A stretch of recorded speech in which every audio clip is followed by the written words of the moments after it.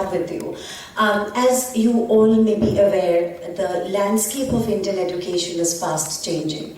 The way we looked at education perhaps a decade earlier is not the same way that we're looking at education today.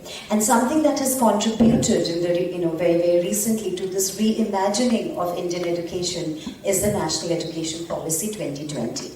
The National Education Policy 2020 marks a very watershed moment in the context of the education landscape in India, where it wants to reimagine Indian education, through inclusion and equality, equity, and excellence in education.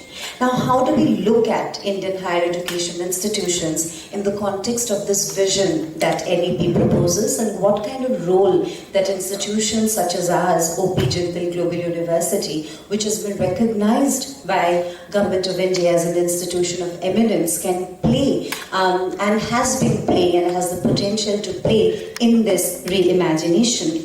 Now, if you look at national education policy, we've had 3 national education policies till date, right? We had one in 1968, we have the second policy in 1986, and nearly 34 years after the second policy, we are now looking at the third one, which came in 2020. And the education policy proposes sweeping changes. It talks about opening up higher education to foreign universities. It talks about regulatory changes.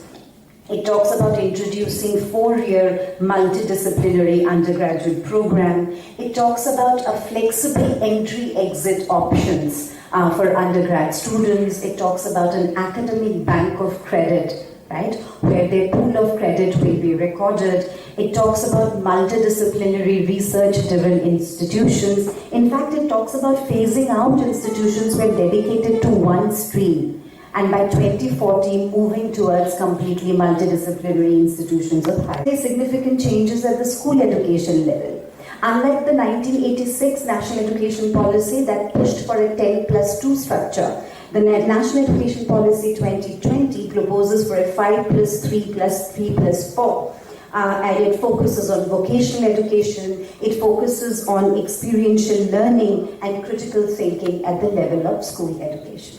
Now, in this context, I would like to invite Professor Dr. C. Rajkumar, Founding Vice Chancellor, OP Jindal Global University, a leading educationist in India, who has been able to drive the imagination of higher education in India from the establishment of the Jindal Global Law School in 2009 to setting up of 12 schools as part of OP Jindal Global University today in 2022, and making OP Jindal Global University one of the top globally recognized institutions in the world. So with that, I would like to invite Professor Dr. C. Rajkumar to address the gathering here and talk about the topic at hand. The aspiration, that is a deeply embedded aspiration in India, which is to build world-class universities.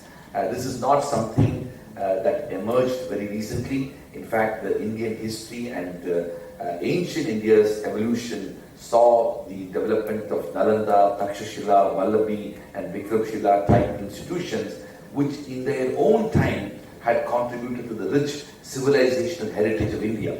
They were truly global universities, they were multidisciplinary institutions, they had faculty and students from other parts of the world coming into the Indian subcontinent and experiencing a truly world-class education. Today, we have 75 years of Indian independence. As we celebrate the 75th year of Indian independence, we have numerous challenges that are facing the higher education sector. We have a huge challenge with regard to the demographic situation in our country. The fact remains that India has 850 million people who are less than 35 years of age. At the dawn of Indian independence, the life expectancy in India was approximately 35, and today it is 71. We also have this extraordinary aspiration among young people to receive high quality education, which can be truly transformative, which essentially means that we need to have more institutions and we need to have better quality. Now, the tragedy is the gross enrollment ratio, despite 75 years of institutional evolution, and we need to educate more people. There are 1,000 universities and 45,000 colleges in India. Despite the expansion of Indian higher education sector to nearly 35 million students who are part of that sector, we still have major challenges of a large number of young people wanting to get into the education sector. And so I want to start by saying that the first and most important challenge that we have before us is how do we balance quality and quantity? We need to have more institutions, but the natural tendency when we expand the sector is we end up compromising on quality and we need to focus on excellence. And that's one major objective that the national education policy was trying to achieve and respond to, and which is connected to our aspiration to build world-class universities. The second major challenge that the national education policy was trying to achieve or respond to is that how do we build research universities? How do we benchmark Indian universities among the best in the world? As many of you, as distinguished members of the media fraternity know, that consistently for many years, several prime ministers, including our current prime minister, but also the previous prime minister, the former president Pranab Mukherjee, all of them have lamented about the fact that not a single Indian university is among the top 100 in the world. Very few Indian universities are among the top 200 in the world. And in fact, when the major rankings organizations such as the QS ranks Indian universities, you will be surprised to know that out of the 1,000 Indian universities which are there, only 22 of them end up being featured among the 1,000 universities in the world. There are approximately 40,000 universities in the world and 1,000 in India, but only 22 of Indian universities end up being ranked among the top 1,000 in the world. That essentially means that we have a major challenge with regard to quality, which I talked about, and one of the reasons why we have not been able to be featured in the rankings is that relatively poor quality and impact of research and scholarship and publications emerging out of Indian universities. And so what the national education policy was trying to address is that how do we build a research ecosystem? How do we create a culture of research among our institutions? How do we ensure that our faculty members are driven by motivation to create knowledge across different disciplines and contribute to research through publications, especially in Scopus Index and peer-reviewed journals? This aspiration and contributed research was another dichotomy that the national education policy was trying to address. And that's a second major challenge the NEP was trying to address. The third major aspect of the NEP is another important challenge that we face in India, which is the dichotomy and the dilemma between public and private institutions. At the dawn of independence, we ended up creating great public institutions, including IITs and central universities and state public universities. But since the late 80s and the early 90s, Indian higher education moved towards expansion in privatization of higher education. We saw the emergence of private higher education institutions. In fact, the IT revolution that we have seen across many parts of South India, including cities like Chennai and Bengaluru and Hyderabad and other parts of India, owes a lot to the emergence of engineering colleges, which ended up creating a fertile ground for the expansion of the IT sector. Dramatic changes happened with regard to the emergence of the private sector in relation to education. But also, it's important to mention that not all private sector education was focusing on quality and excellence. A lot of mediocrity and deeply embedded unethical practices were brought into the privatization of education, because of which academic standards were compromised. So today we have a situation where 70% of Indian higher education institutions are in the private sector. And more than 70% of students in Indian higher education are also studying in private higher education institutions, adding to the affiliated colleges and also the private universities, the deemed universities, and other such institutions. So, there has been a tectonic shift in the world of higher education, in which both in terms of the number of higher education institutions and the number of students studying in higher education institutions, the private sector dominates and dominates quite significantly. This essentially means, from a public policy standpoint, we need to understand how we are going to be regulating this entire sector. And so the balancing act is to recognize the role of the private sector, but also to recognize the importance of corporate philanthropy and other types of empowerment, because the state has consistently reduced its role, including its ability to fund and contribute to resource for the university system. So the public-private sector divide is something that the national education policy was trying to address. The next major aspect of what the national education policy was trying to address is to recognize the role of internationalization in Indian higher education. Quite remarkably, I mentioned Nalanda, Takshashila, Vallabhi, and Vikramshila. These institutions were truly global institutions, attracting students and faculty from around the world over 2,000 years ago. But the reality is, we have not been able to play that type of role in many of our institutions, especially after we built this higher education sector in the last 75 years of independence. So the national education policy has come up with innovative ideas in recognizing the role of internationalization, including the possibility of establishing international universities and their campuses in India. I, for one, strongly believe that internationalization should happen at multiple levels. Not only the effort to build foreign campuses in India, that may or may not happen. What we really need to focus on is to have partnership with international universities. Indian universities, including Jindal, have extensive partnership with universities around the world. These partnerships should benefit our students, including for promoting faculty exchanges, student exchanges, joint degree programs, dual degree programs, study abroad programs, immersion programs, joint teaching, joint research, joint conferences, joint publications, and other such collaborative initiatives with regard to the emphasis education policy drives the agenda quite fervently. The next big thing that the national education policy is argued about is achieving the balance between regulation and governance. I've always believed that Indian higher education system is over-regulated and under-governed.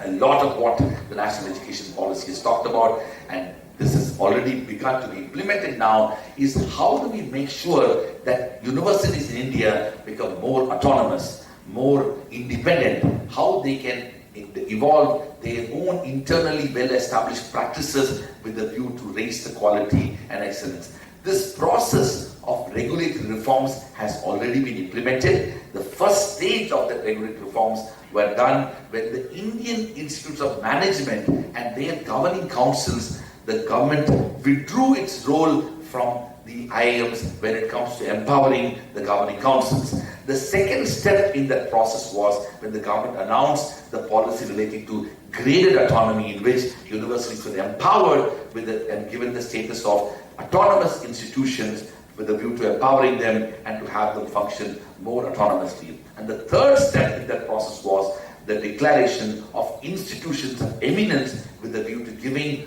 more autonomy and more regulatory freedom for universities to function in that manner.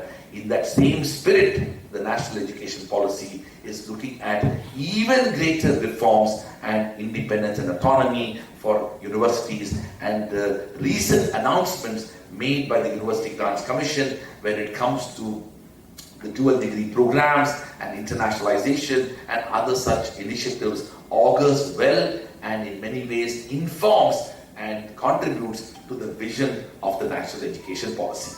Now the question that we have before all of us is that, why do we need to do all of this? Well, I think it's important to recognize that the future of India and the world is going to inextricably depend upon how we are going to harness the energy and indeed the resources of the young people who are going to be educated, empowered, and also end up having meaningful careers in their life. This challenge, the demographic challenge that we are going to face in India and Asia and Africa and Latin America and Middle East, even beyond the Western world, means that we need to educate our people and provide high quality education. I don't see any reason why, if the last 100 years of history holds any truth for us, it is a century for Asia. If we were to redraw the destiny of India and Asia for the next 100 years, I am convinced that it is the universities which ought to be driving that mission. And we need to focus and pay a lot more attention on the future of universities. Universities are not only knowledge creating, knowledge dissemination and research institutions, they are also institutions that are involved in ideations. They are also institutions which are going to respond to the big problems of our time, be it on issues relating to environment, climate change, sustainability, be it on issues relating to migration, terrorism, national security. Almost every aspect of governance, including economic and social development, it is going to be driven by the ideas that are generated by scholars and thinkers and researchers in universities, which can ultimately help in policy making. One of the things that has not happened in India as much as it should, and the national education policy also talks about, is that how can universities and academics in universities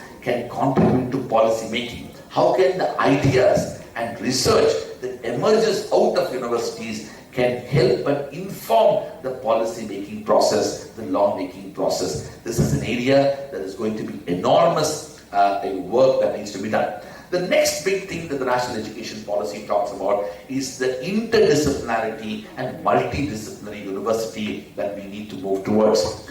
Gone are the days when all of us can aim to have what I have called bracketed and fragmented approach towards education, whereby every degree program that we offer is, myopically designed with limited options and opportunities for students to have holistic education. The national education policy, in line with the vision of promoting world-class education as